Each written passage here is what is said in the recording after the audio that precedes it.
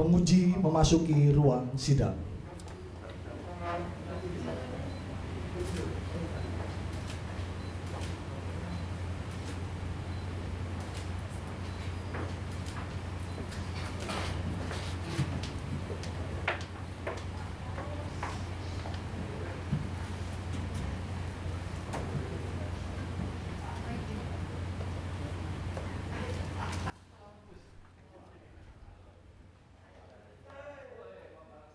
Hadirin dipersilahkan duduk kembali. Saudara calon doktor dipersilahkan memasuki ruang sidang.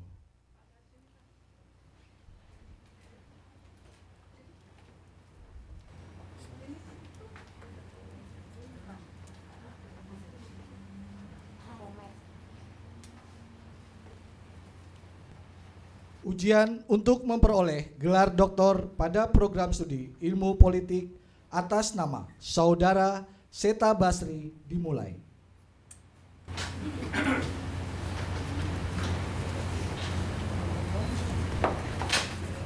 Sidang terbuka Senat Akademik Universitas Nasional, ujian promosi doktor Universitas Nasional atas nama Rektor sebagai Ketua Senat Universitas Nasional, saya buka.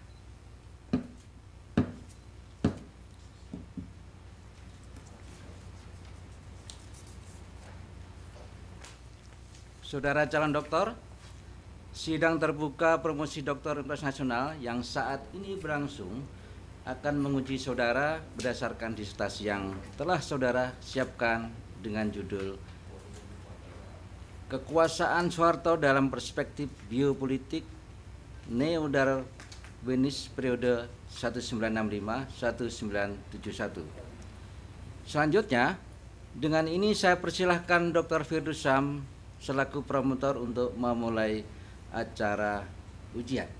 Silakan.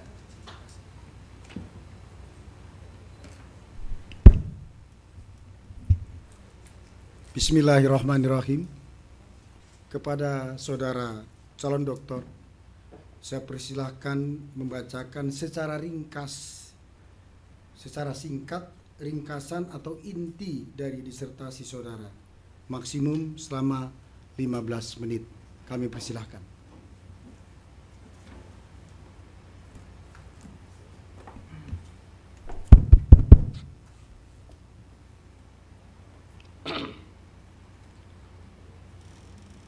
Yang terhormat Dr. Firdaus Syam, Dr. Muhammad Nur, Profesor Dr. Eko Sugianto, Profesor Dr. Maswardi Rauf MA, Profesor Dr. Endang Sukara, dan Dr. TB Masa Jafar. Perkenankanlah saya membacakan ringkasan atau inti dari disertasi saya sebagai berikut. Kekuasaan Soeharto dalam perspektif biopolitik Neo-Darwinis periode 1965-1971. Next. Saya mengawali penelitian ini dengan situasi Indonesia hingga 30 September 1965. Bahwa di masa itu terjadi masalah posisi Islam dalam negara. Kemudian Soekarno tidak punya basis kekuatan politik faktual. Kemudian kondisi lainnya adalah rivalitas TNI Angkatan Darat non-komunis yang beraliansi dengan Amerika Serikat dan Inggris ini melawan PKI yang beraliansi dengan Republik Rakyat Cina dan Soviet. Di masa ini pula terjadi paradoks dari formula nasionalis agama komunis atau Nasakom yang dikembangkan oleh Soekarno. Ini adalah mencampurkan minyak dengan air. Dan salah satu hal yang cukup krusial adalah krisis ekonomi melanda, ditandai oleh hyperinflation, sehingga saya berasumsi bahwa di masa tersebut pembangunan ekonomi adalah bukan prioritas. Dan akhirnya saya juga menyatakan bahwa dalam otoritarianisme Soekarno itu tidak ada alpha male dominan di hierarkinya, sehingga situasi Indonesia berada dalam kondisi turmoil atau pergolakan. Next. Dari G30 SPKI, akhirnya situasi tadi mengkerucut pada G30 SPKI, di mana PKI melalui biro khususnya melakukan tindakan preemptif. Muncul Soeharto. Dari Elsen, saya memperoleh dokumentasi sedikit mengenai Soeharto, bahwa ada kesan dari Warikin, yaitu rekan remaja dari Soeharto, bahwa di waktu remaja Soeharto itu gemar bermain sepak bola. Posisinya adalah pemain belakang, tapi kerap mencetak gol karena larinya cepat dan mainnya keras. Kemudian Soeharto ini juga pernah jadi pegawai bank desa, buruh bangunan, tentara Knil Belanda, polisi Jepang yang banyak mengurus urusan politik, lalu serdadu peta, lalu setelah Indonesia merdeka memilih untuk bergabung dengan BKR, dan kemudian TNI. Sehingga saya menyatakan bahwa Soeharto itu punya kecenderungan survival of the fittest, pragmatis dan oportunis. Ini adalah ciri dari politisi handal.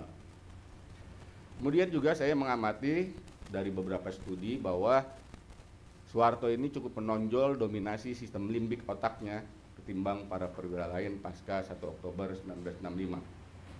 Nasution tidak seberani Soeharto.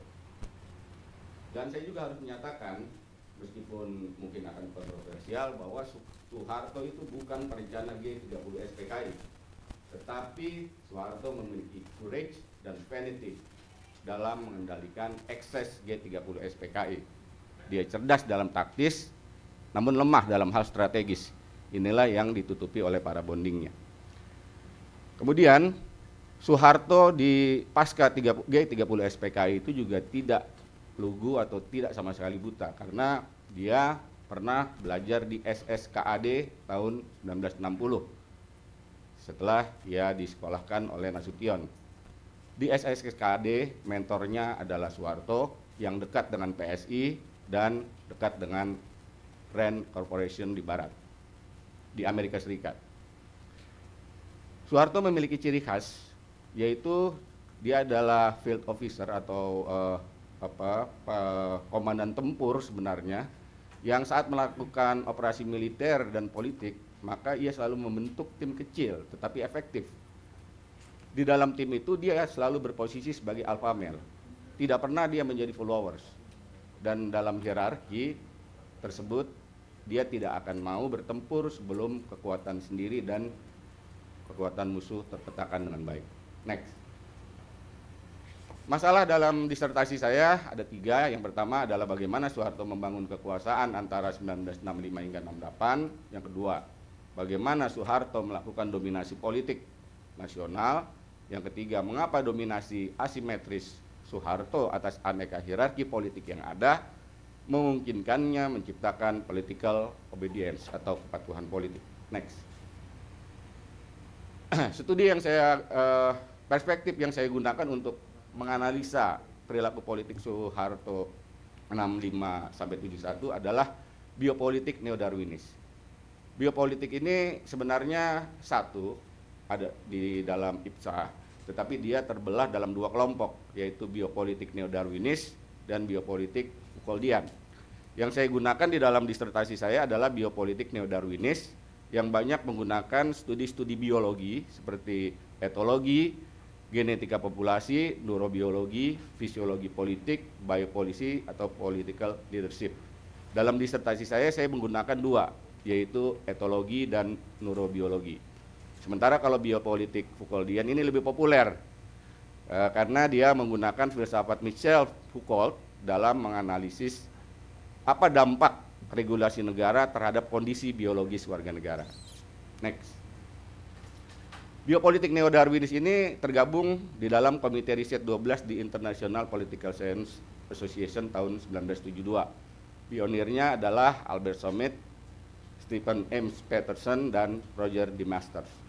Jurnal mereka adalah Politics and Life Science yang diterbitkan oleh Cambridge. Jadi biopolitik neo-Darwinis ini adalah pemanfaatan aneka riset biologi untuk memanfaatkan fenomena politik. Next. Dan secara neurobiologi, biopolitik neo-Darwinis ini mengasumsikan bahwa politik itu adalah perilaku yang primitif karena dia terkait dengan insting dasar seperti fight or flight, bertarung atau lari, teritorial, dan agresi. Juga politik berkenaan dengan respon instingtif seperti cunning atau kelicikan, courage atau keberanian, deception atau pengkhianatan. Karena politik itu selalu berkenaan dengan sistem limit kotak, sehingga penguasa yang mampu berkuasa dengan cepat dan lama itu lebih banyak mengandalkan pada karisma, kemampuan orasi, dan manipulasi. Next.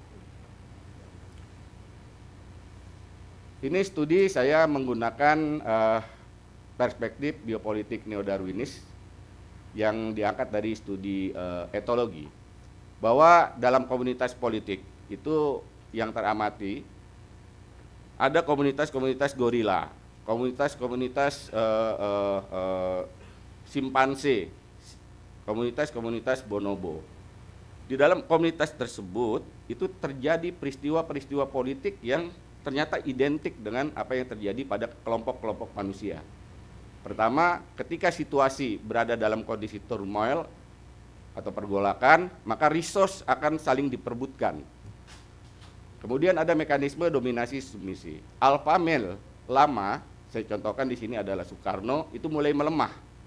Mungkin karena usia, karena dukungan politik yang kurang, maka muncullah seorang kontender yaitu Soeharto.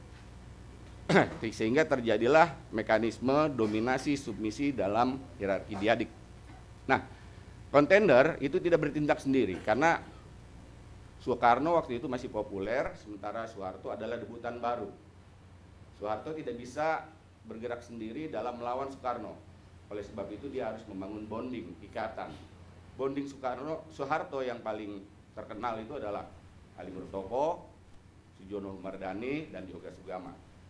Selain dengan bonding tadi, Soeharto juga menjalin aliansi dengan beberapa kekuatan politik yang anti PKI dan anti Soekarno, sehingga terbentuklah formasi koalisi untuk mendukung New Alpha Male. Formasi koalisi tersebut terdiri atas kelompok-kelompok Islam, terutama yang tergabung dalam Masyumi, kami di mahasiswa, pelajar di KAPI, dan para perwira militer Angkatan Darat yang memang sudah menunjukkan sikap anti komunis dan anti Soekarno yang jelas seperti Kemal Idris dan A.R. Darson. Soeharto bisa mengatasi itu. Kemudian tahun 1967 Soeharto diangkat sebagai pejabat presiden. Setelah Nawabsara, Soekarno ditolak, dan tahun 68 dengan bantuan aliansi dan bondingnya Soeharto mampu menjadi presiden penuh, diangkat oleh MPRS.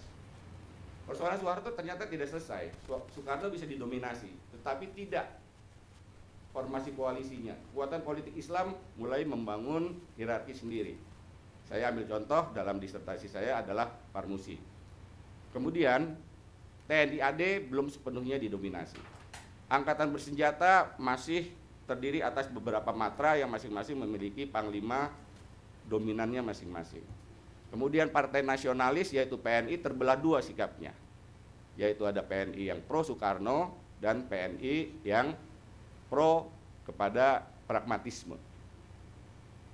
Nah, ini kemudian dilakukan reproduksi kekuasaan lintas hierarki.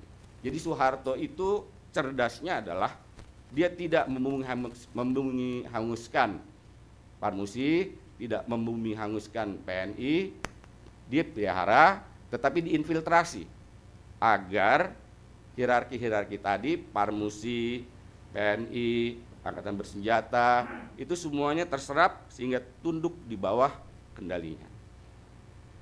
Dan dalam melakukan ini, Soeharto banyak menggunakan strategi yang dia pelajari dalam SSKAD, yaitu yang saya sebut sebagai mekanisme inclusive fitness. Apa itu? Inclusiveness adalah kemampuan atau kecenderungan spesies dalam sejarah panjang evolusi agar bisa bertahan hidup, maka dia harus beradaptasi terhadap lingkungan yang berubah. Nah, lingkungan sudah berubah. Soekarno sudah tidak berkuasa. Sekarang ada Soeharto. Soeharto menawarkan bahwa yang mau ikut saya, kalau kalian mau bisa hidup di Indonesia, terimalah trilogi pembangunan. Stabilitas politik nasional yang dinamis, pertumbuhan ekonomi, dan pemerataan pembangunan. Dan Soeharto berhasil, sehingga terciptalah yang namanya political obedience. Hierarki Soeharto diterima sebagai hierarki dominan di Indonesia, sehingga pemilu 1971 itu dirancang sedemikian rupa sehingga mampu memenangkan Sekber Golkar sebagai pemenang mutlak 60% ke atas, kecuali di beberapa provinsi, tetapi secara mayoritas Sekber Golkar menang mutlak. Dan hasilnya adalah spesies Indonesia, rakyat Indonesia yang di masa Soekarno itu selalu baku hantam mengenai persoalan ideologi dan lain sebagainya, kini menjadi predictable atau prediktabilitas spesies dalam memperoleh resources menjadi terjamin. Beras diproduksi, SD Inpres dibangun, puskesmas dibangun, dan lain sebagainya. Dan hingga nanti pada suatu saat tahun 98 kembali terjadi turmoil. Tetapi tahun 98 ini di luar konteks disertasi saya, hanya sebagai pelengkap. Turmoilnya Soeharto menjadi alfa male lama yang melemah, seperti itu. Next. Nah, jawaban saya atas pertanyaan disertasi ini adalah bahwa sejak 65 hingga 68 Soeharto mendominasi Soekarno menggunakan para bonding dan formasi koalisinya guna mengakhiri dualisme kepemimpinan nasional dalam hierarki diadik yang sebelum memperoleh submisi Soekarno dan pendukungnya, Soeharto terlebih dahulu mendominasi PKI dan organisasi afiliasinya. Yang kedua, setelah Soeharto berhasil mendominasi Soekarno, maka sejak tahun 68 hingga 71, Soeharto terus mereproduksi kekuasaan untuk mendominasi hierarki kompleks melalui mekanisme inclusiveness agar dominasinya selalu bersifat asimetris di hadapan aneka individu dominan dalam setiap hierarki, baik bekerja sama dengan para bondingnya maupun formasi koalisi baru yang terdiri atas lingkaran Soeharto sentris, lingkaran sipil militer di Sesquad, dan lingkaran Paterberg. Yang ketiga, setelah Soeharto berhasil menciptakan dominasi asimetris atas aneka hierarki politik yang ada, terciptalah political obedience yang memungkinkan pemilu 71 mampu memastikan dominasinya dalam politik nasional sehingga prediktabilitas bagi spesies dapat terjamin. Next. Sebagai penutup, novelty yang saya temukan adalah bahwa dalam mereproduksi kekuasaan 65 hingga 71, hierarki Soeharto dengan dirinya selaku alpha male mengabsorpsi atau menyerap kekuasaan dalam hierarki kompleks ke dalam dominasi hierarkinya di dalam konteks otoritarianisme.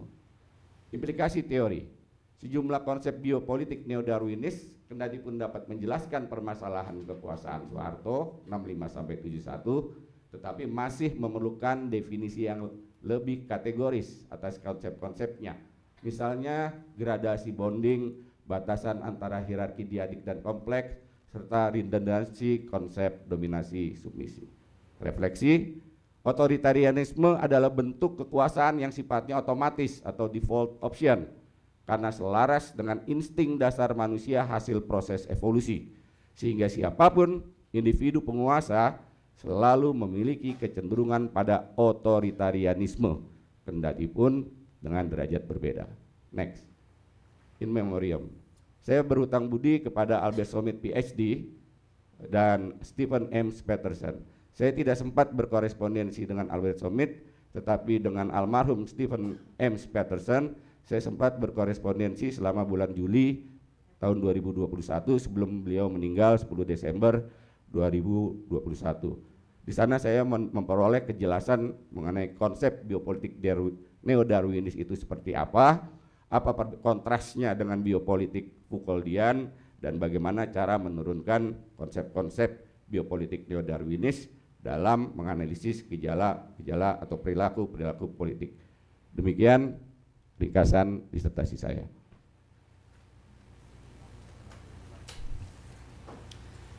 Baik, Saudara Seta Basri, saya persilahkan untuk minum dulu ya. Silakan. Ya. Ya, sudah segar ya. Pada kesempatan berikutnya saya persilahkan penyanggah pertama yang terhormat Profesor Dr. Tang Sukara untuk menyampaikan pertanyaan atau sanggahan. Silakan, Prof. Terima kasih. Assalamualaikum warahmatullahi wabarakatuh. Waalaikumsalam warahmatullahi wabarakatuh.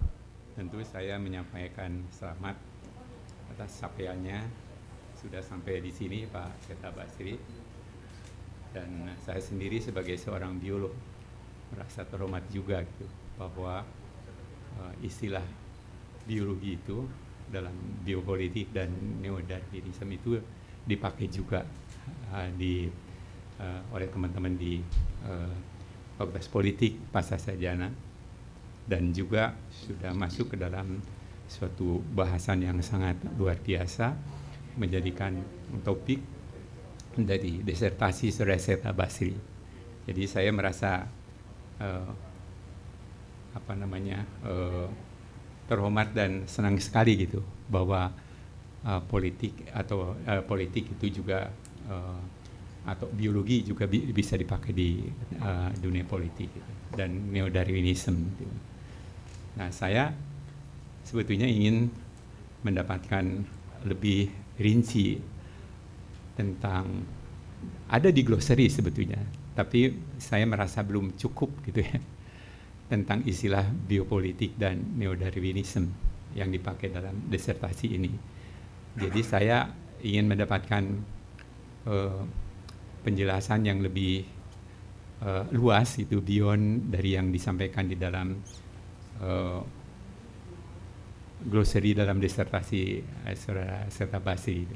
Bisa nggak memberikan suatu penjelasan gitu, latar belakang mengapa juga biopolitik dan neo-Darwinisme itu dipakai, bahkan sebagai judul dari disertasi Saudara.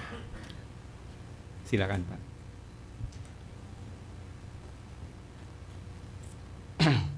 Menjawab pertanyaan atau sanggahan dari penyanggah pertama yang terhormat Profesor Dr. Endang Sukara. Sebelumnya saya ucapkan terima kasih Prof karena bersedia menjadi penguji ahli dalam sidang ini. Saya memang memerlukan ahli biologi untuk menilai apakah disertasi saya ini koheren dengan ilmu-ilmu biologi. Yang pertama, saya bisa jelaskan bahwa biopolitik neo-Darwinis ini sebenarnya terdiri atas dua kata, biologi dan politik. Sebenarnya bukan Albert Sommit, kemudian Stephen Peterson saja, tetapi sekurang-kurangnya Herbert Spencer, terlebih lagi David Easton, itu sebenarnya dalam teori sistem politik itu menggunakan mekanisme organik dalam menjelaskan proses input, proses, dan output. Jadi sistem politik itu diibaratkan seperti manusia, makan, diolah, kemudian keluar dalam bentuk output dan terjadi feedback.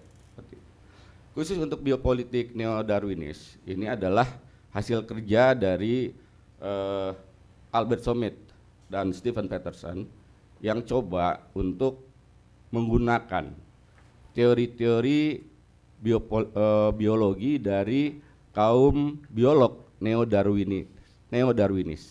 Kenapa disebut dengan neo-Darwinis? Karena mereka tetap mengacu pada teori evolusi Darwin.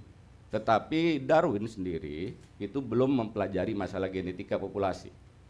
Sehingga neurobiologi juga belum, sehingga mereka ini menemukan bahwa tentu terdapat motif dari setiap pelaku politik mengapa mereka bertindak seperti itu. Salah satunya adalah neurobiologi. Kenapa seseorang penguasa itu bertindak A atau B? Apa yang mendorongnya? Nah, ternyata hasilnya adalah ada struktur di dalam otak yang sifatnya purba yang bernama sistem limbik tadi.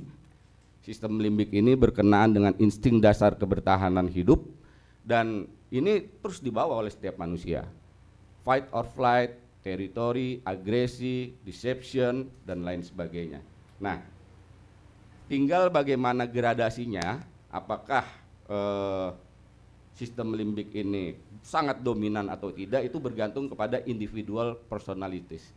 Seperti di kalangan gorila. Di kalangan gorila itu juga ada gorila yang agresif, ada gorila yang pasif, ada gorila yang tugasnya mengurus anak, ada gorila yang tugasnya untuk menjaga teritori. Jadi kira-kira seperti itu. Demikian pula kalau saya amati ke dalam disertasi saya, yang dominan struktur limbik otak yang bekerja itu adalah Soeharto. Nasution kurang dominan. Kendatipun secara intelektual Nasution jauh lebih mampu daripada Soeharto. Jadi singkatnya, biopolitik neo-Darwinis adalah pemanfaatan aneka studi biologi yang digunakan untuk menjelaskan aneka fenomena politik. Levelnya skala mikro, tapi nanti dia bisa digeneralisasi ke hal yang lebih besar. Seperti saya tunjukkan di sini bahwa dari studi etologi, dari turmoil hingga prediktabilitas spesies, itu ada tujuan dari Soeharto, yaitu apa? Membuat Indonesia itu tetap berdiri dan pembangunan ekonomi itu berjalan. Kendatipun di masa-masa kemudian banyak kritik terhadap kebijakan-kebijakan ekonomi Soeharto. Tetapi minimal tanpa adanya Soeharto mungkin Indonesia bisa merah. Bisa saja seperti itu, atau dalam kondisi perang saudara. Tapi karena Soeharto itu mampu mendominasi aneka hierarki yang ada, hierarki politik Islam, hierarki angkatan bersenjata, dan hierarki kelompok-kelompok sipil yang lain, Indonesia bisa berada dalam satu komando. Karena walau bagaimanapun Soeharto tidak kenal itu demokrasi. Soeharto hanya mengenal dunia militer, dan yang dilakukan oleh Soeharto adalah melanjutkan otoritarianisme Soekarno dengan cara yang lebih efektif dan efisien. Kira-kira begitu, Prof. Saya kemudian tertarik juga untuk melihat tentang biopolitik itu.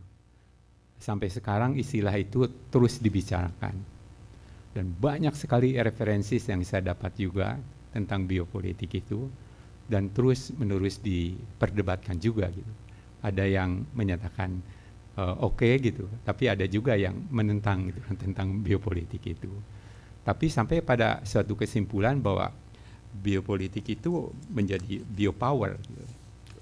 Menjadi biopower yang kemudian di biopolitik itu didefinisikan sebagai style dari government that mengatur populasi melalui biopower itu, sehingga aplikasi dari biopower itu atau political power itu dilakukan kepada semua aspek kehidupan dari manusia gitu ya.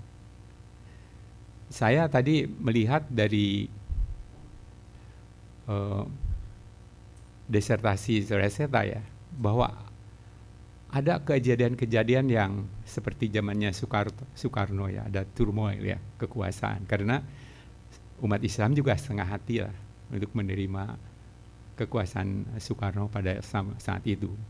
Angkatan bersenjata, kemudian tapi ada juga partai politik seperti PKI, ada juga organisasi massa seperti NU dan sebagainya. Itu nggak menjadi satu suatu kesepahaman gitu untuk menerima Soekarno pada saat itu. Tapi saya itu melihat ya bahwa pada masa kemerdekaan para pendiri bangsa Indonesia itu berjuang keras itu sehingga mencetuskan Pancasila misalnya, Undang-Undang Dasar 45, merumuskan kemana kita itu mau berjalan itu.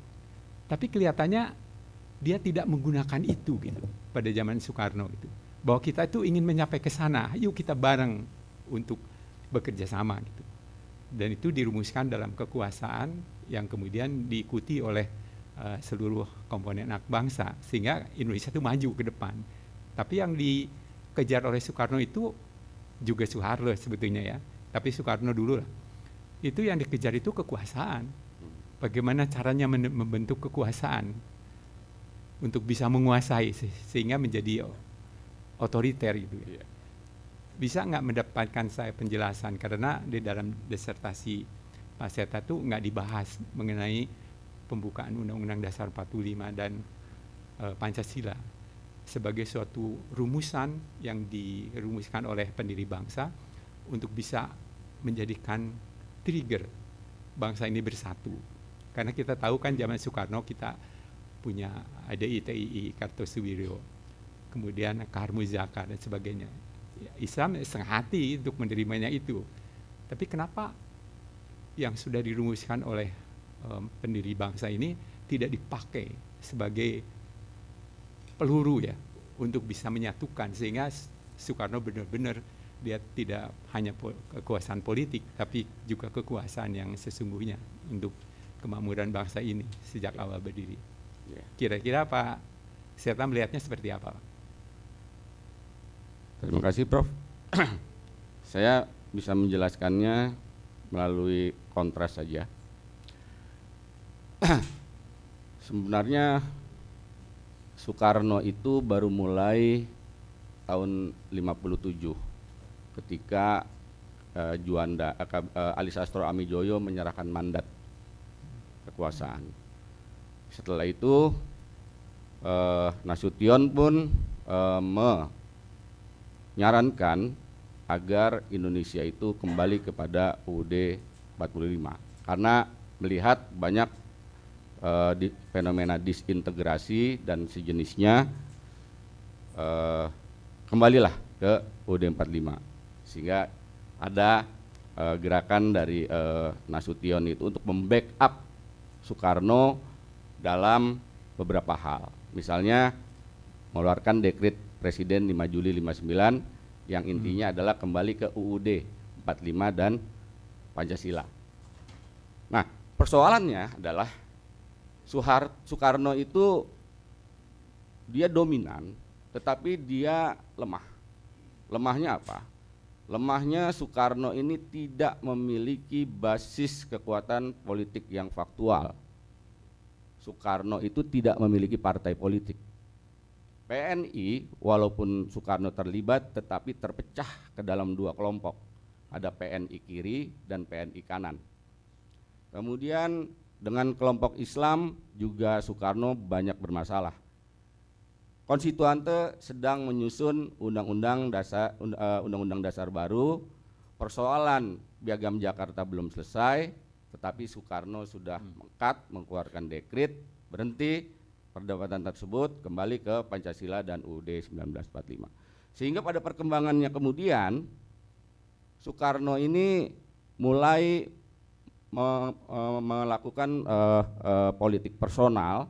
Dia memiliki kemampuan manipulasi, dia memiliki kemampuan orasi, dia memiliki kemampuan apa satu lagi tadi itu? Ya, ada 3 kemampuan tadi, tetapi tanpa didukung oleh kekuatan force atau kekuatan politik yang real, Soekarno is nothing.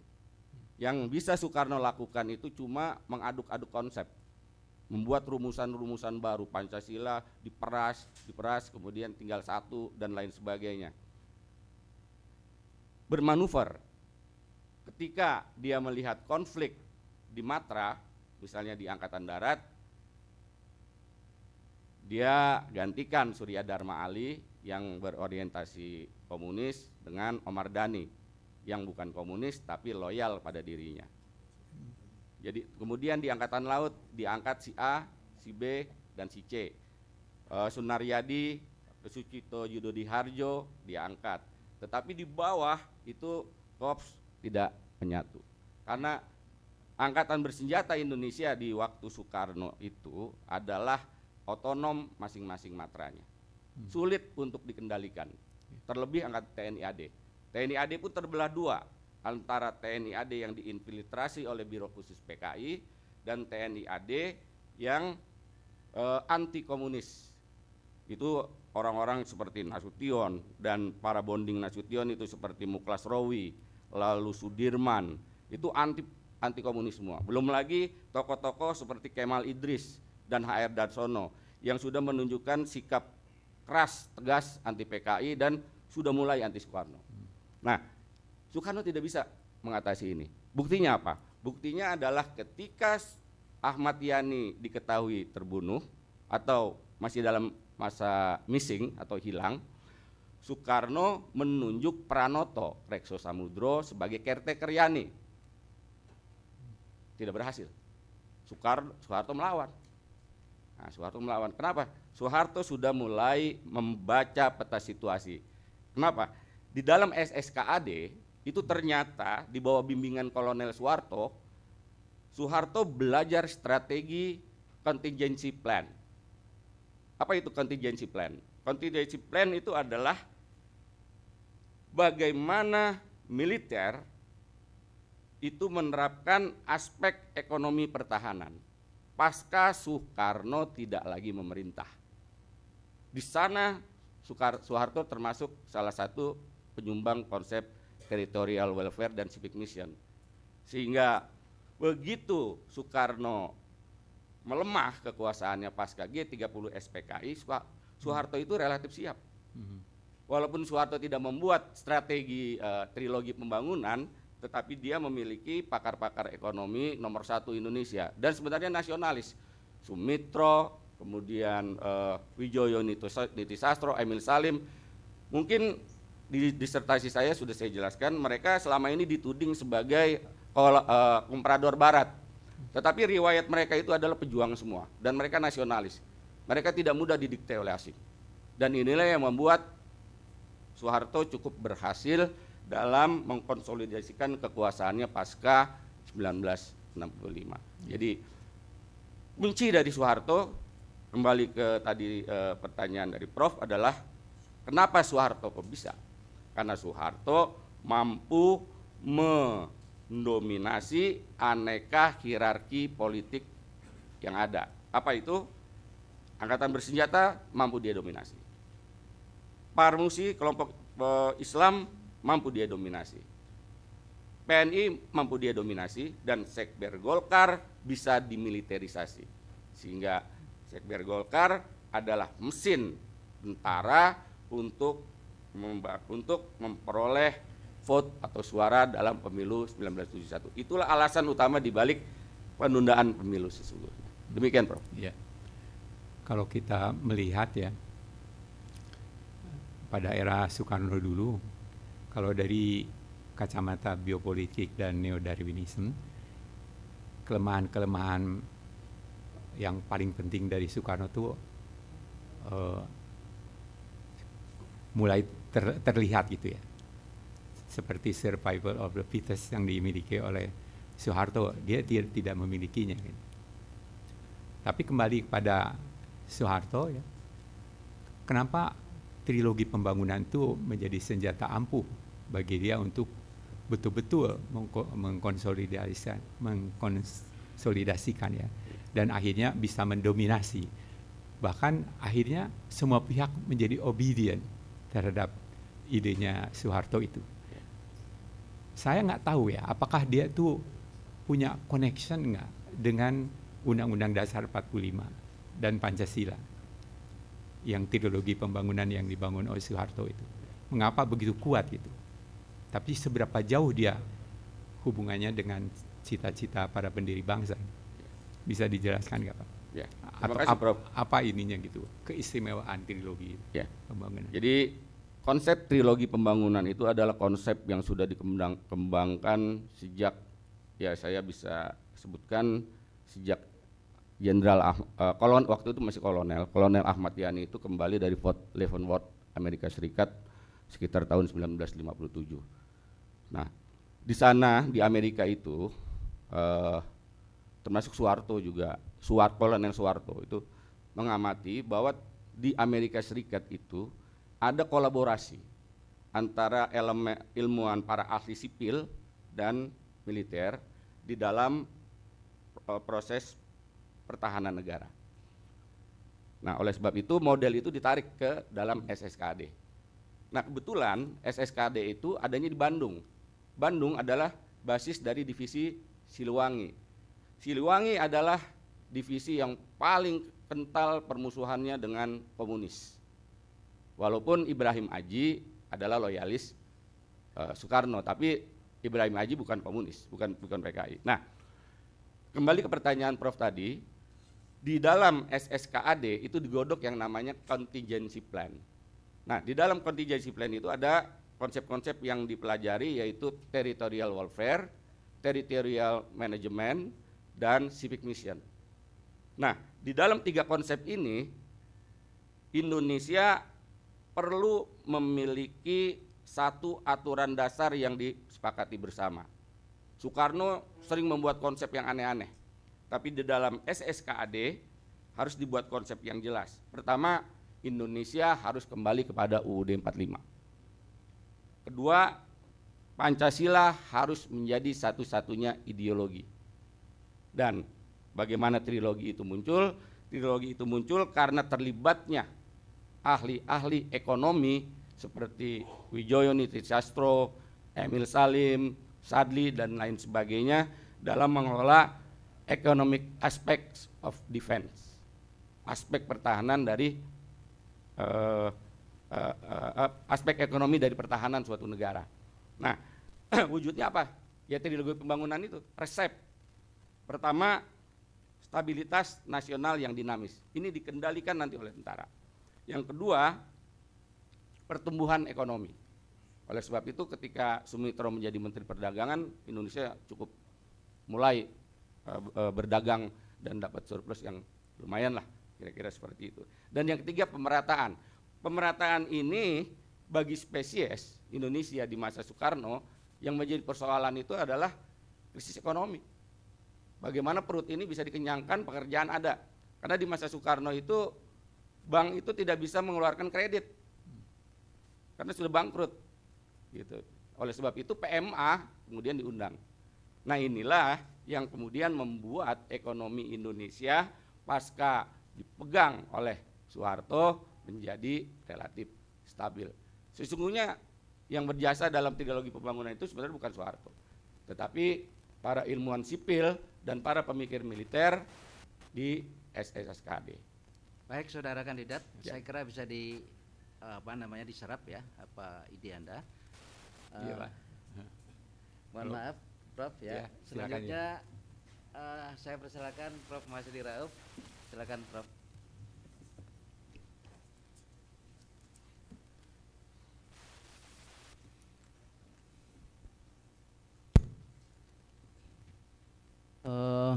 Ucapkan selamat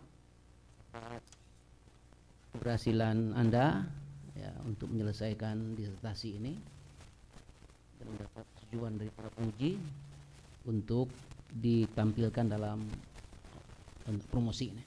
Ya. Apa yang Anda tulis ini adalah sebuah hal yang baru, ya, geopolitik di Indonesia. Tapi sebenarnya ini juga tidak dalam ilmu politik. Ini bukan yang sangat baru. Ide ingin menjelaskan politik dilihat dari kacamata ilmu-ilmu alam itu memang sudah lama. Salah satu yang tertua itu adalah pendapat yang mengatakan bahwa liberalisme itu sebenarnya adalah social Darwinism. Ini bagi mereka yang ikut kuliah pemikiran politik ini tahu ini. Ya. S2 UNAS. Ya. Saya ajarkan itu. Ya. Jadi liberalisme itu sebenarnya adalah Darwinisme sosial. Ya. Penerapan sejumlah teori Darwin ke dalam masyarakat. Apa itu? Competition. Natural selection. Survival of the fittest. Itu teori Darwin semua yang digunakan oleh para filosof Barat, ya, sehingga menghasilkan liberalisme itu. Ya. Jadi sebenarnya tidak terlalu baru. Juga sebenarnya tidak terlalu baru, ya.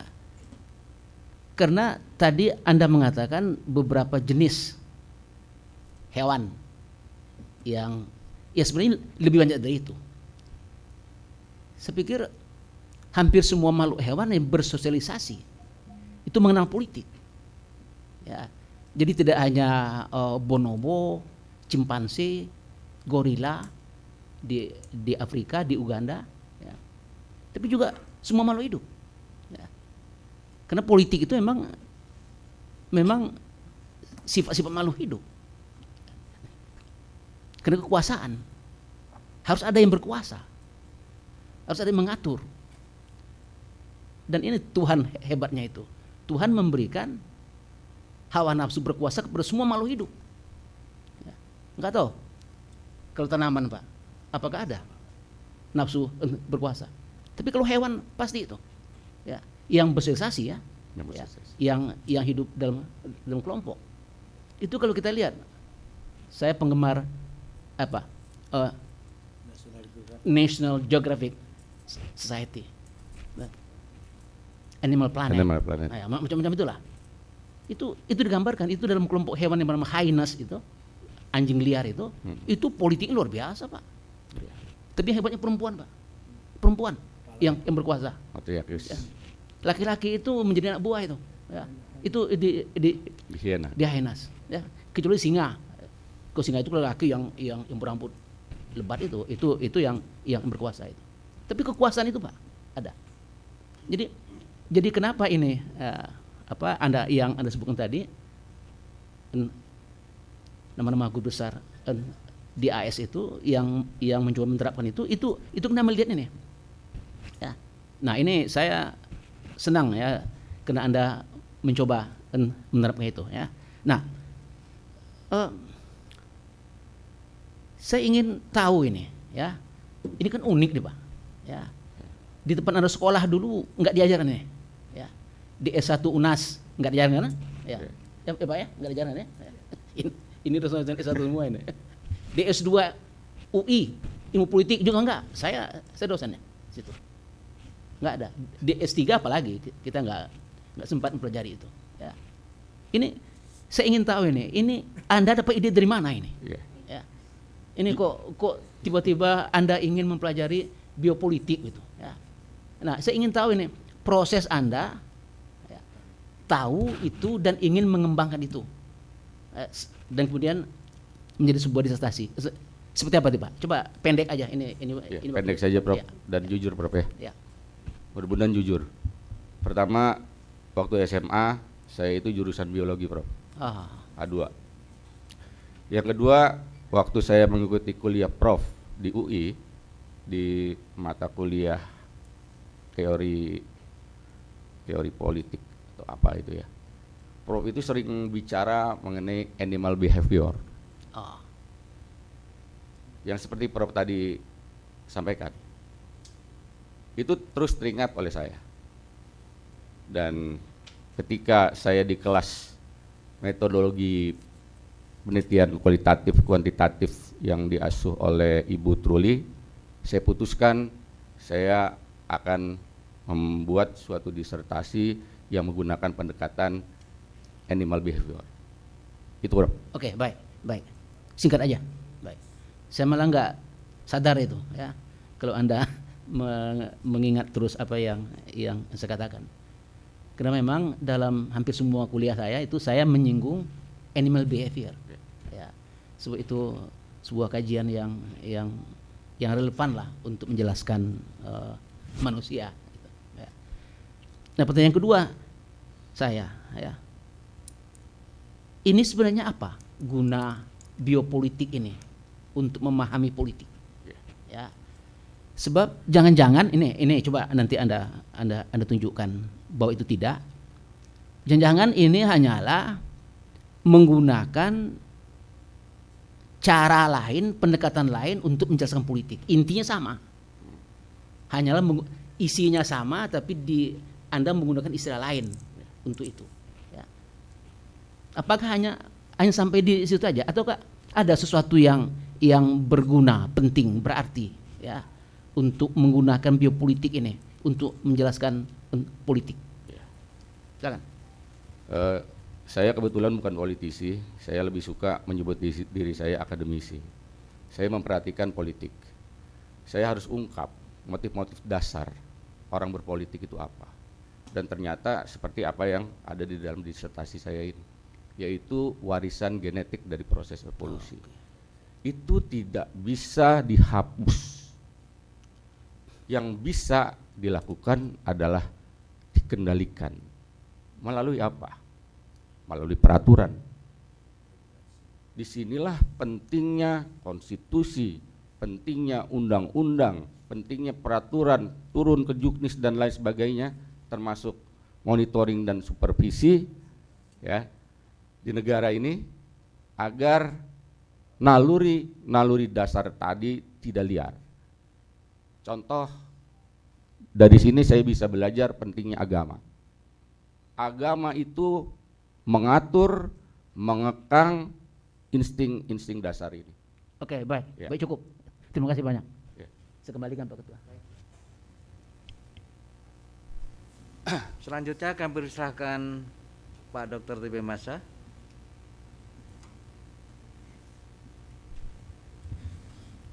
Silakan, Pak. Baik, terima kasih Pak Ketua Dewan Penguji yang saya hormati dan saudara kandidat. Saya mengucapkan selamat. Ini satu experience yang sangat luar biasa. Tadi sudah dikemukakan pertanyaan-pertanyaan dari penguji sebelumnya. Ya, saya hanya ingin menyambung. Yang pertama, pendekatan New Darwins dalam konteks Indonesia sebenarnya kalau kita mengikuti para peneliti terdahulu, sebenarnya kesimpulannya sama, bahwa di Indonesia itu authoritarian itu sebagai suatu realisme politik di Indonesia. Juga seperti yang dikatakan oleh Benedict Anderson, kemudian beberapa pemikir lainnya tentang otoritarianisme. Nah, pertanyaan saya adalah, ini bebas saja Anda menjawab, bagaimana kalau pendekatan New Darwinisme itu untuk menjelaskan mengapa otoritarianisme di Indonesia itu terlalu panjang, sedangkan masa-masa demokrasi itu berumur tidak lebih dari 20 tahun. Pada demokrasi konstitusi itu hanya hitungan 15 tahun. Kemudian setelah itu kita ke otoritarian, baik pada masa Soekarno maupun pada Soeharto. Lalu kemudian kita masuk pada reformasi. Tetapi dari beberapa pendapat para ahli, ya, khususnya 2 periode terakhir pada Jokowi, ini nampaknya kok kembali pada ciri-ciri otoritarianisme. Nah, pertanyaan adalah bagaimana kalau pendekatan New Darwinisme itu untuk melihat pada gejala otoritarian yang makin lama nampaknya semakin menguat nih pada masa Jokowi. Ya. Saya minta pendapat Anda. Saya ingat, terima kasih, menjawab pertanyaan atau sanggahan dari yang terhormat Dr. TB Masa Japar. Dalam sidang 3 saya ingat sekali Prof. Maswadi itu menyatakan, mengulang, menekankan kembali apa yang ada di dalam disertasi saya. otoritarianisme itu default option. Nah, kemudian pilihan otomatis ketika demokrasi tidak berjalan. Yang kedua dari kajian saya ini adalah secara evolusi komunitas politik hewan maupun manusia itu hanya mengenal otoritarianisme, bukan demokrasi. Bahkan Rousseau sendiri menyatakan demokrasi itu cuma cocok buat para dewa karena terlalu rumit dan lain sebagainya. Nah, kembali kepada tadi pertanyaan yang menarik, saya sebenarnya mau menyatakan itu juga. Ada virtue dari otoritarianisme, virtue atau keunggulan atau kebajikan atau kebaikan atau apalah namanya. Itu yang pertama, bikin keputusan nggak perlu bertele-tele, nggak perlu berlama-lama. Kedua, rejim itu kuat kalau negara perintah A, warga negara A tanpa bisa memblok. Kemudian pemimpin itu bisa membuat undang-undang secara bebas, cepat, diratifikasi ini itu dan lain sebagainya. Nah, setiap pemimpin, saya sudah amati Jokowi 1, ketika terjadi fenomena ributnya partai-partai di internal, ini saya perhatikan mirip dengan ketika Soeharto masuk ke dalam Parmusi dan masuk ke dalam PNI. Ini sudah gejala awal bahwa Indonesia kembali melakukan soft authoritarianism. Dan ini semakin jelas dalam Jokowi II. Kita lihat undang-undang yang begitu cepat dibuat, terlebih omnibus law dan lain sebagainya. Itu kenapa? Karena Jokowi mampu mendudukan hierarki DPR. Dengan apa? Dengan mekanisme trade off. Apa itu? Bagi kursi, bagi proyek, komisaris, ini itu dan lain sebagainya. DPR diam. Dan harus hati-hati bahwa saya hendak mengingatkan publik Indonesia bahwa otoritarianisme itu sifatnya alamiah. Siapapun penguasanya, mereka pasti punya kecenderungan otoritarianisme, tidak terkecuali Jokowi atau nanti penggantinya siapa. Demikian.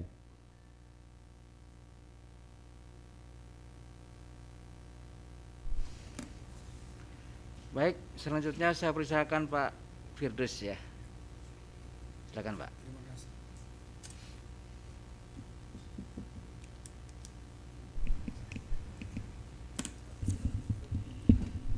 Ya, bisa. Terima kasih. Terima kasih, saudara kandidat. Anda banyak interaksi dengan saya selaku promotor ya. Tapi ada beberapa harus saya klarifikasi karena ini menyangkut pertanggungjawab akademik.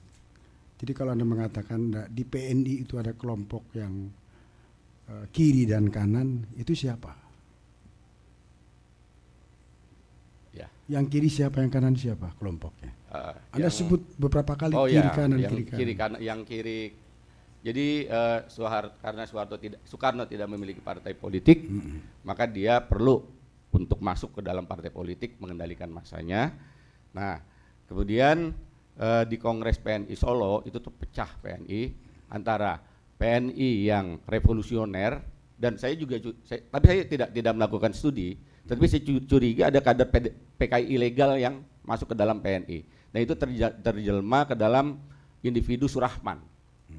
Nah, dia bergabung dengan Ali Sastro.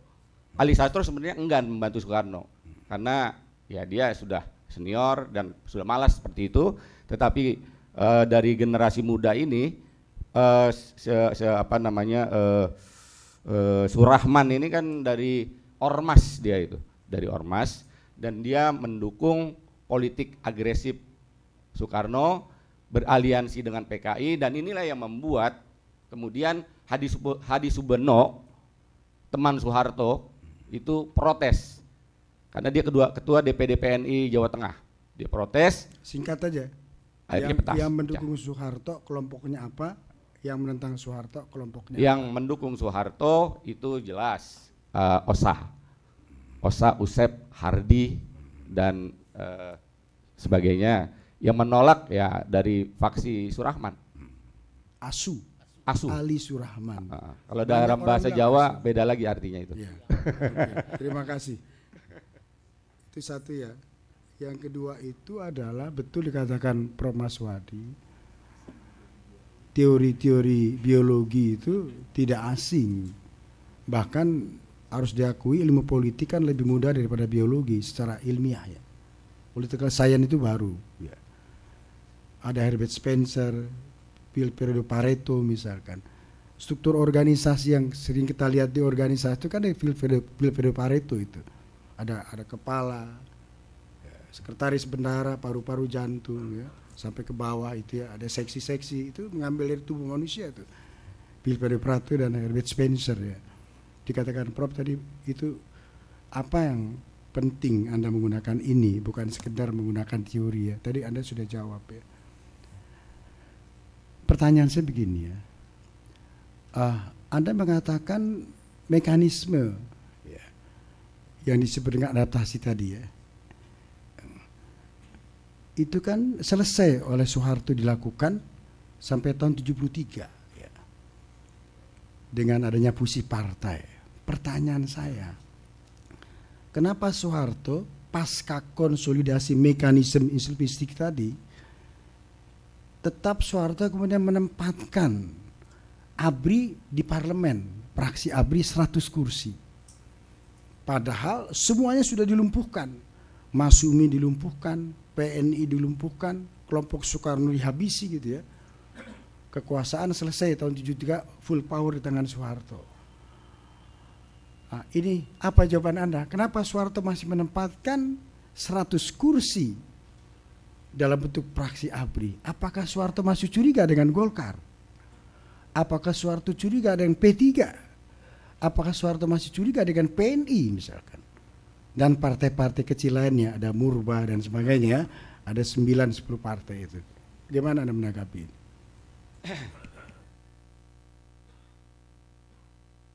Soeharto itu sebenarnya murid ideologis Soekarno.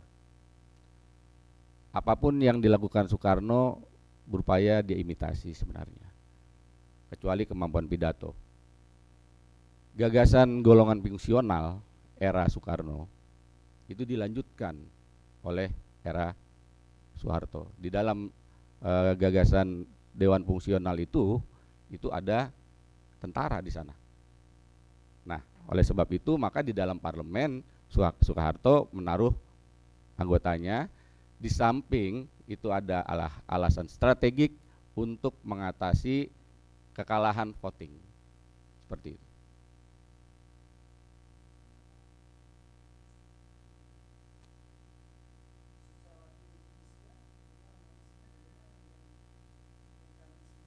Inclusive fitness, ya. Mekanisme inclusive fitness itu berarti angkatan bersenjata itu harus beradaptasi dengan trilogi pembangunan. Terus berproses. Betul. Yang kedua, pertanyaan saya. Anda bilang Soeharto di awal Orde Baru anti-Indonesia. Saya minta argumentasi.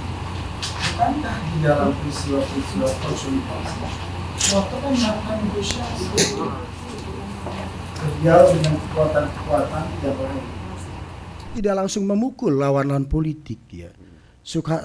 Soeharto memanggil kelompok Masyumi misalkan ya, untuk bagaimana dia ingin bangkit kembali, apa yang diinginkan Soeharto dan apa yang diinginkan Masyumi.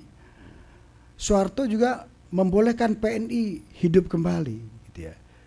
Kemudian Soeharto juga banyak menggunakan teknokrat di era Soekarno dipakai oleh Soeharto.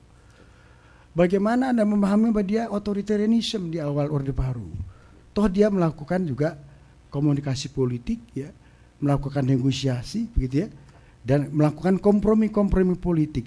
Bagaimana Anda bisa mengatakan di awal 65 ya, 71 bahwa dia otoritarian? Bagaimana nih?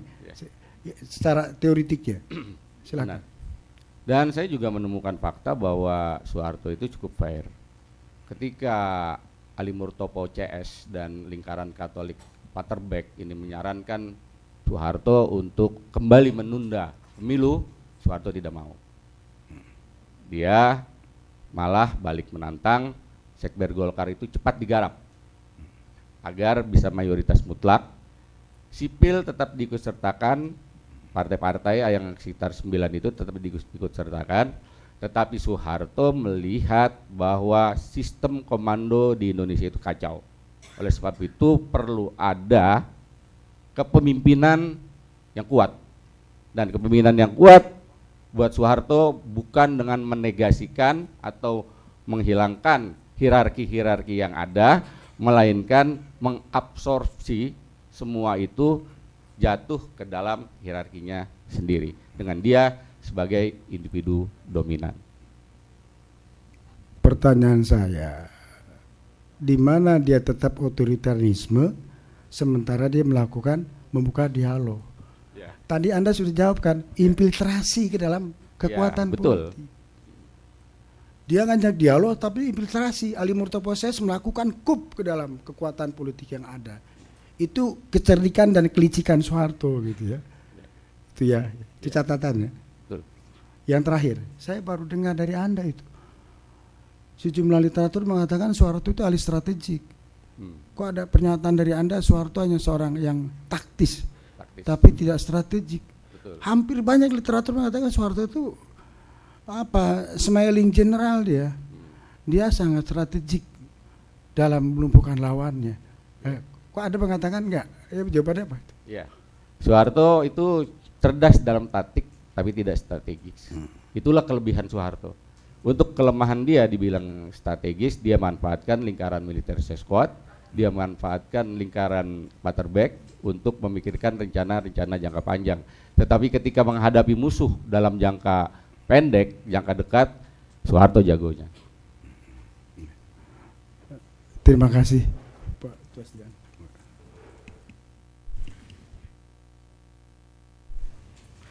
Baik saudara kandidat, selanjutnya tanya jawab yang terakhir. Kenapa saya tanyakan terakhir supaya lega ya, supaya lega.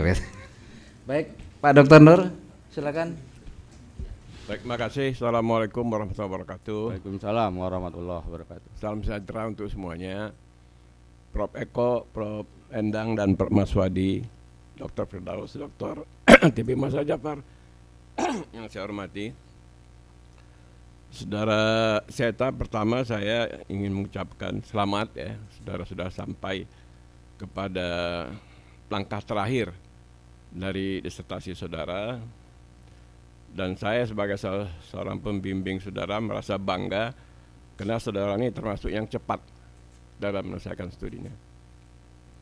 Di antara bimbingan-bimbingan S3 saya, banyak yang timbul tenggelam. Tenggelamnya kadang-kadang 6-7 bulan baru muncul lagi gitu. Tapi saudara ini timbul terus dan menantang terus. Selamat. Tentunya ucapan selamat ini juga saya tujukan pada keluarga ya, yang ikut mendorong keberhasilan saudara, orang tua yang juga secara hadir ya. Mudah-mudahan ini menjadi keberkahan bagi saudara. Amin. Saya tidak akan bertanya masalah aspek biologis, karena saya tidak tahu dan sekarang saya sudah lupa juga mengenai aspek-aspek biologis itu. Tapi saya akan menyinggung soal dominasi politik Soeharto terhadap dua kekuatan politik di Indonesia pada waktu itu, yaitu Masyumi yang mewakili golongan Islam dan PNI yang mewakili golongan-golongan nasionalis. Nah, saya tidak akan bertanya juga kepada saudara karena sudah banyak tanya jawab kita ya dalam bimbingan. Tapi saya ingin saudara untuk melengkapi dari penjelasan-penjelasan yang ada dalam ini. Yang pertama, tidaklah sempurna kalau saudara bicara soal Parmusi, tapi tanpa mengelaborasi lebih jauh mengenai Mr. Muhammad Rum. Ya, karena Mr. Muhammad Rum itulah orang yang pertama dipilih sebagai Presiden Parmusi dan secara demokratis. Ya, itu saya lihat masih sedikit sekali, perlu diperdalam. Baru kemudian Mintarja dan sebagainya itu.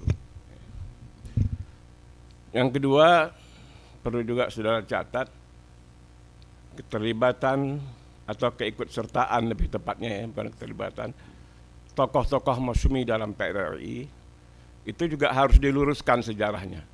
PRRI itu adalah gerakan korektif, bukan gerakan separatis. Ciri-cirinya adalah kalau gerakan separatis itu ingin memisahkan dengan republik seperti Papua, Merdeka, RMS dan sebagainya, itu separatis. Tapi PRRI itu adalah gerakan koreksi, gerakan korektif. Nah itu saudara bisa rujuk pada pendapat dari Profesor Dr. Salim Said dalam salah satu diskusinya di mana juga saya ikut, ya.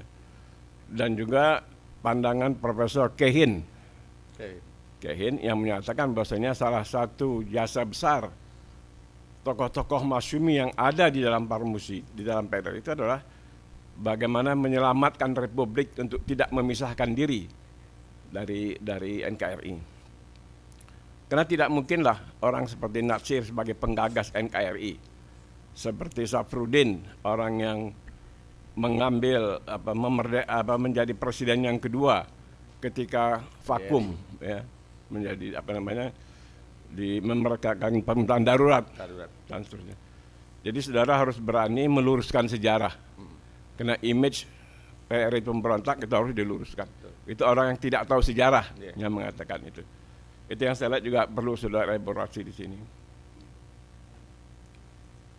Yang berikutnya, sebenarnya Masyumi itu melahirkan dua kekuatan, ya, bukan hanya Parmusi. Jadi tokoh-tokoh Masyumi itu berkumpul, karena Masyumi itu sebagai salah satu partai dakwah. Jadi dia memunculkan sayap politiknya Masyumi dan sayap dakwahnya Dewan Dakwah Islamiyah Indonesia. Maka waktu itu ada slogan yang mengatakan dari tokoh Masyumi, terutama diwakili oleh Natsir, kalau dulu kita berpolitik, kita berdakwah melalui jalur politik, sekarang kita berpolitik melalui jalur dakwah. Ini juga perlu saudara jelaskan. Ya, jadi dua sayap itu. Ini saya lihat hanya satu sayap aja, pincang. Yang kedua-duanya masih Parmusi sebagai partai politik kita ketahui tidak berfungsi lagi, ya, hanya bergabung ke P3. Tapi di P3 kekuatannya sangat lemah sekali, ya, sehingga mereka menjadi ormas sendiri. Tentu Dewan Dakwah bukan partai politik, tapi gerakan-gerakannya politik bukan politik praktis, ya, tapi tidak buta politik. Ya. Itu barangkali yang juga perlu saudara lengkapi. Ya. Terakhir di sini saudara menegaskan 3 opsi BKAM. Badan Koordinasi. Ini hanya satu saudara sebutkan, ditambahkan yang 2 lagi. Ya, baik. Terima kasih. Masukan-masukan saya untuk saudara lengkapi. Terima kasih, Prof. Eko. Waktu habis. Ujian telah selesai. Baik Bapak Ibu sekalian yang saya hormati, ujian telah berakhir. Izinkan saya mengadakan sidang tertutup untuk melakukan penilaian, dan sidang saya tunda untuk beberapa saat. Tim penguji promosi doktor Universitas Nasional meninggalkan ruang sidang terbuka menuju ruang sidang tertutup. Hadirin dimohon berdiri.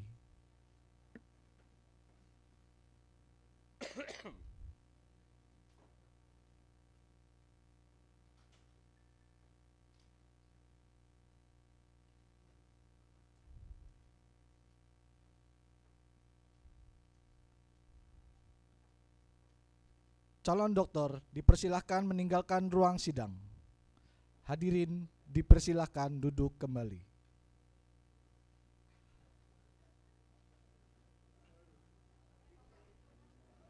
Kepada tamu undangan dimohon berkenan untuk menunggu sejenak sementara tim penguji melakukan penilaian.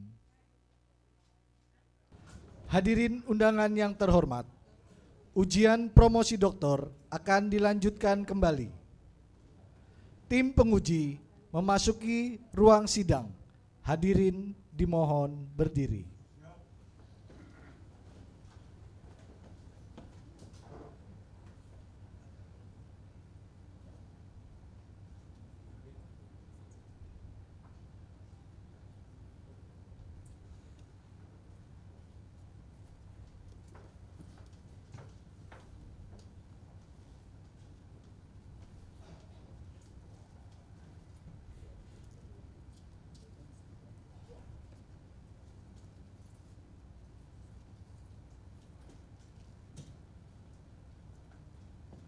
Hadirin dipersilahkan duduk kembali. Saudara calon doktor dipersilahkan memasuki ruang sidang.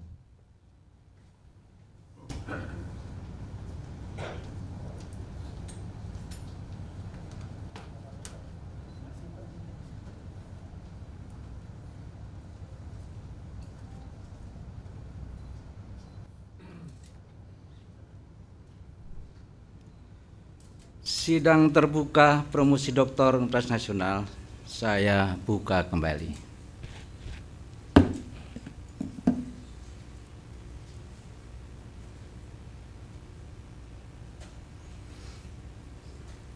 Calon doktor, saudara Seta Basri, kami telah mempelajari disertasi yang saudara ajukan kepada kami, serta memperhatikan pula pembelaan saudara atas pertanyaan dan sanggahan dari pihak kami. Promotor yang diketuai Dr. Firdaus Syam telah menyampaikan keterangan mengenai pengembangan keahlian saudara, dan Ketua Program Tutor Ilmu Politik saudara Sekolah Pascasarjana Universitas Nasional telah melaporkan hasil ujian proposal riset, ujian hasil riset, dan ujian pra-promosi saudara.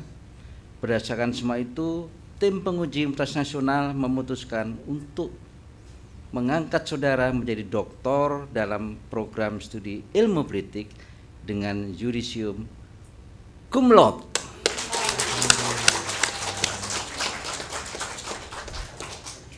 Berdasarkan keputusan ini, kami memberikan kuasa kepada promotor Dr. Firdaus Syam untuk melantik saudara Seta Basri dengan cara yang lazim. Upacara pelantikan.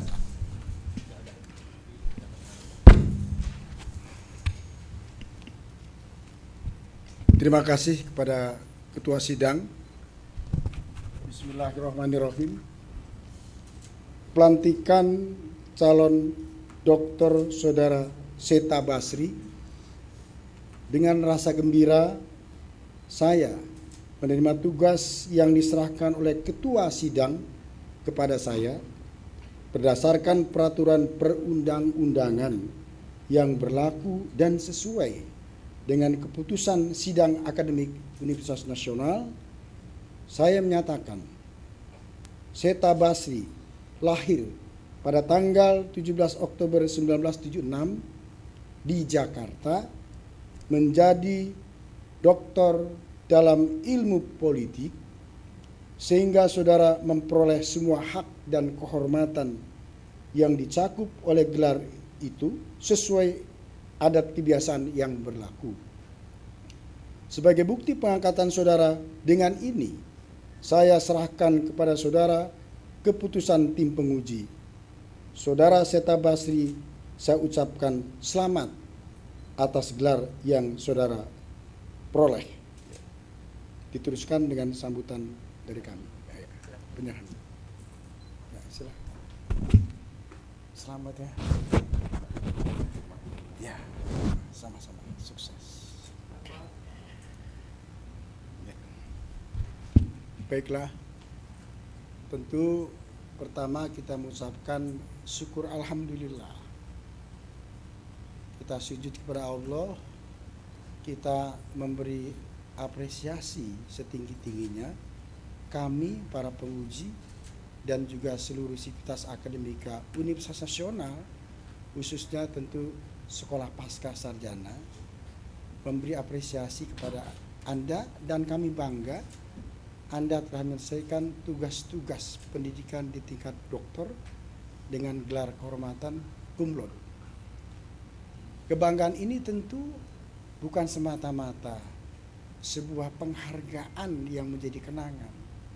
Harapan kami, ilmu yang Anda dapat bersama-sama dengan kita, bagaimana ilmu ini kita baktikan untuk kepentingan bangsa dan negara. Dan Anda tentu juga memiliki satu kenangan bahwa istri dan anak-anak juga memberikan kekuatan kepada Anda dengan segala pengorbanannya. Ini yang bisa kami sampaikan, Pak Seta. Tapi Pak Maswadi, rupanya Pak Seta ini ibu mana ibu? Pak Seta ini lahirnya 17 Oktober ya? Iya, saya 18 Oktober. Jadi Bu, malam 18 Oktober kita tutup lilin sama-sama. Tiup lilin ya. Gitu. Saya tutup dengan pantun. Ya. Kereta dan motor berhias bunga. Pas Seta doktor, kita bahagia. Terima kasih. Assalamualaikum warahmatullahi wabarakatuh.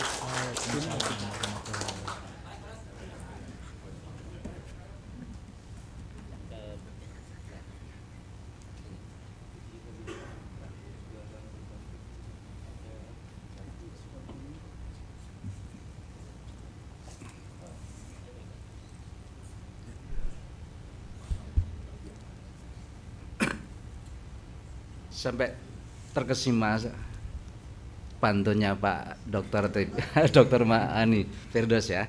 Kami silahkan untuk pesan-pesan saudara dokter, silakan.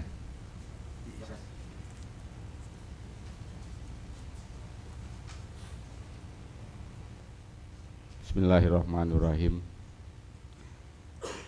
Asyhadu an la ilaha illallah wahdahu la syarikalah wa asyhadu anna Muhammadan abduhu wa rasuluh.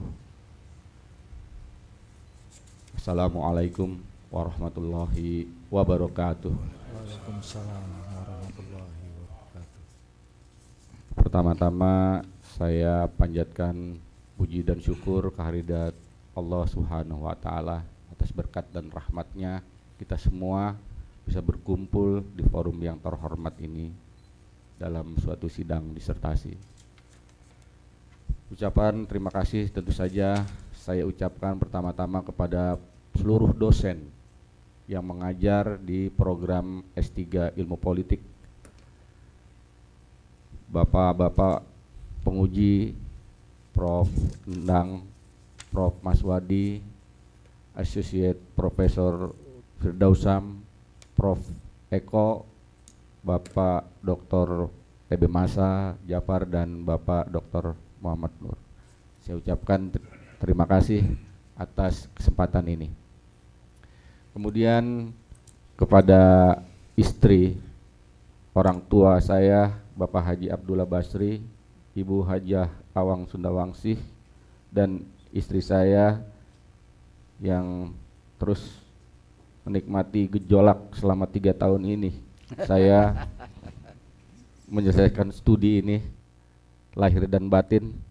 Saya ucapkan terima kasih atas kerjasamanya saudara saya Ibu Enden yang banyak mendukung saya di dalam masalah yang terkait dengan pembiayaan.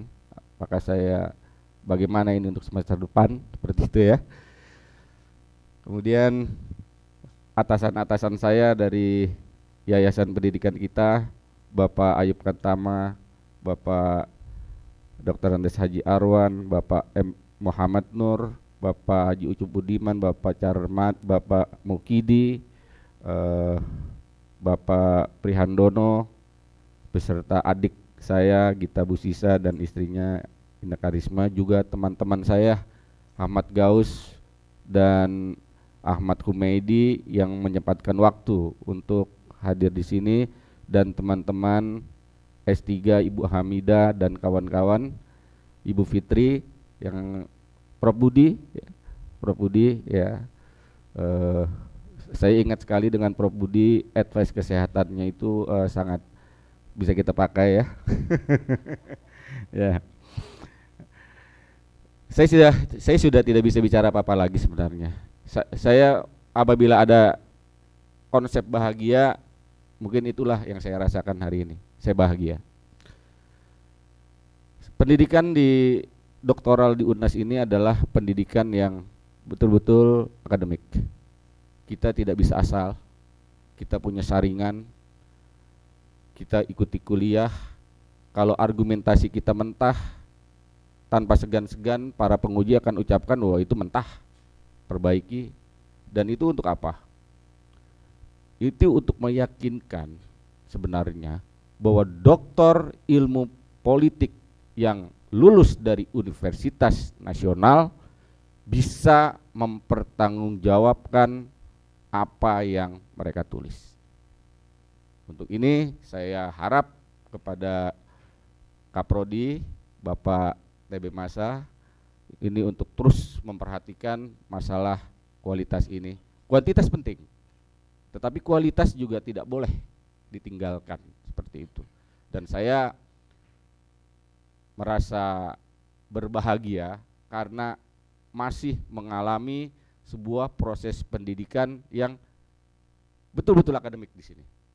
Semua dari mata kuliah ini dan sampai penulisan disertasi saya menikmatinya dengan pemikiran-pemikiran yang akademik.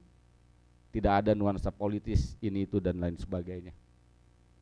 Jadi saya juga mengajak kepada rekan-rekan saya yang belum, segera saja maju untuk sidang 1 ya. Saya terpaksa melihat kenyataan bahwa dosen-dosen kita, Prof. Maswadi terutama, ini adalah saringan yang menyaring begitu. Saringan yang menyaring, dan saya terus terang, Prof, tolong pertahankan itu, Prof. Karena tanpa itu doktor ngambil di mana? Doktor ilmu politik di mana? Di UNAS. Oh, Prof Maswadi. Nah itu dia. Jadi dan kita rekan-rekan juga harus tahu Prof Maswadi ini juga harus menjaga integritas yang sudah beliau bangun puluhan tahun, bukan hanya 1-2 hari. Dan Prof Maswadi adalah profesor ilmu politik pertama di Indonesia. Sehingga saya bangga lulus dari kampus ini. Demikian yang bisa saya. Ada satu lagi. Bagi rekan-rekan S2 yang udah mau sidang 4, sebaiknya jangan ikuti jejak saya. Saya lulus S2 2024, baru S3 2022. Berapa tahun itu? Udah keburu nikah, punya anak banyak, ini segala macam, akhirnya lupa studi. Nah, bagi rekan-rekan S2 yang sudah mau sidang akhir, begitu dapat SKL, langsung saja studi S3 di politik, jebret sekalian 3 tahun selesai kok. Insya Allah. Demikian yang bisa saya sampaikan. Billahi fisabilil haq. Wassalamualaikum warahmatullahi wabarakatuh. Waalaikumsalam warahmatullahi wabarakatuh. Ya, sebelum sidang saya tutup, sekali lagi kami mengucapkan selamat, sukses, apalagi diraih predikat yang paling tinggi, cum laude. Tetapi ada bisikan dari promotor dan kopromotor, tanggung jawab satu lagi yang belum selesai dan ditunggu-tunggu adalah publish jurnal di Scopus Q2. Itu mohon diperhatikan. Baik, perlu kami sampaikan bahwa Universitas Nasional sejak tahun 2012 telah mendirikan program Doktor Ilmu Politik, dan alhamdulillah berkat kerjasama semua pihak pada tanggal 15 November 2014 program Doktor Ilmu Politik mendapat akreditasi B. Mudah-mudahan ke depan meningkat menjadi A. Amin. Atau unggul ya.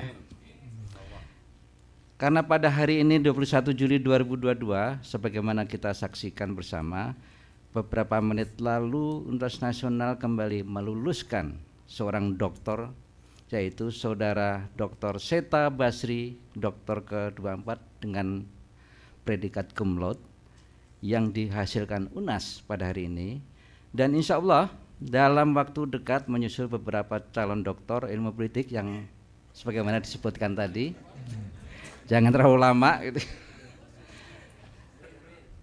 Sesuai dengan visi dan misi pendidikan UNAS, tetap berkomitmen yaitu menghasilkan lulusan yang bermutu, berintegritas, dan membanggakan. Saat ini program Doktor Ilmu Politik sedang dalam proses reakreditasi PAN PT, dengan harapan semoga program Doktor Ilmu Politik bisa memperoleh nilai yang menggembirakan sebagaimana kita harapkan tadi di awal, yaitu A atau unggul. Beberapa langkah strategis yang telah ditetapkan dipastikan UNAS akan menjadi pilihan masyarakat dalam menimba dan mengembangkan ilmu pengetahuan untuk tercapainya tujuan pembangunan nasional. Hadirin yang kami hormati, demikian informasi tambahan yang dapat kami sampaikan sekaligus mengakhiri upacara promosi doktor ini yang telah berhasil dilaksanakan, dan dengan ini sidang akademik Universitas Nasional saya nyatakan ditutup.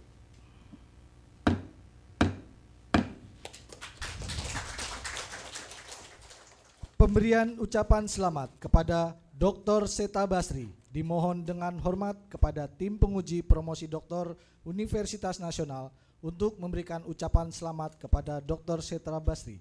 Dilanjutkan dengan foto bersama.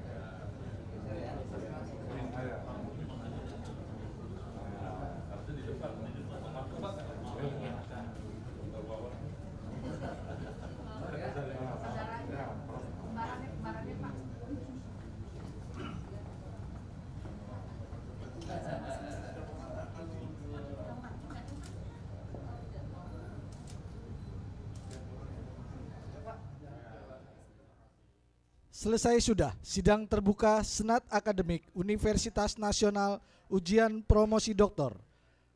Sekian dari kami. Wabillahi taufik wal hidayah. Wassalamualaikum warahmatullahi wabarakatuh.